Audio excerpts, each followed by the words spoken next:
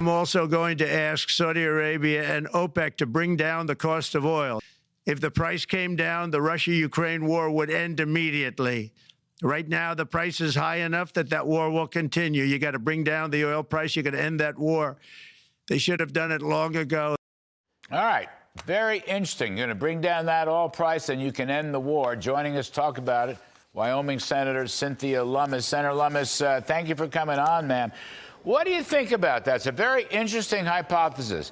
Bring down the oil price, damage, Russia, it's a one crop, one stop, one horse economy. So you've knocked down prices where you could end the war. What do you think about that? I think he's right, Larry. So the definition of inflation is too much money chasing too few goods. So the price of oil's up. If we produced more oil, then we'd have more goods, and the price would go down. If the price goes down, our oil is more attractive, our natural gas is more attractive, and if we can get it over to Europe, we can create more opportunities to compete against Russia.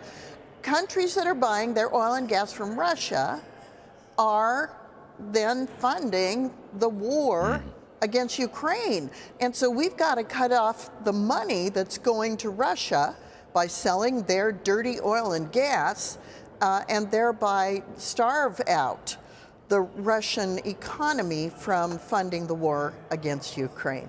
So if you had, just for argument's sake, Brent crude is about $80 a barrel, more or less. I'm going to call it $80 a barrel. West Texas, a little less than that. Whatever it is, 76, 77 bucks. But let's say you produce more. Let's say the Saudis and OPEC open the spigots a little bit. And we're going to produce more, right? We're going to, Doug Burgum wants to produce, 15 or 16 million barrels a day.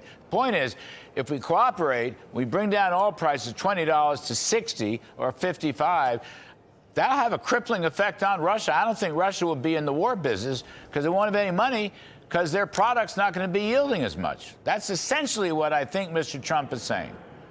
That is what he's saying, and we need to make sure that the countries in Europe that would be buying from us or from OPEC know that this is going to be a long-lasting source of cleaner oil and gas. So they get two things. They get cleaner oil and gas as opposed to the dirty Russian oil and gas, and they're not paying Russia for a product that then is going to use to fund the war in Ukraine. So the president's absolutely right. There are only 11 rigs operating in the Powder River Basin in Wyoming this week, Larry. We should have 2 or 3 times that. Right. And so should Texas and North Dakota.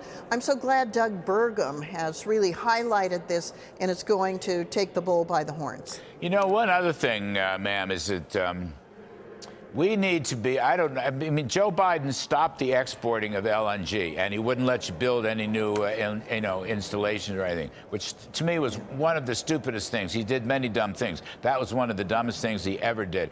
If we produce and export LNG, clean burning fuel, okay, even the green energy crowd in Europe acknowledges it's clean burning. We start selling them tons and tons of LNG, our liquid natural gas, that puts Russia out of business also. It's another blow. It absolutely does, and then it creates jobs in the United States. It creates revenue in the United States. So it's building us up while thwarting Russia's economy and improving air quality in the process. Right. It's a win-win-win, Larry. The president's absolutely right on this one. Yeah, terrific stuff.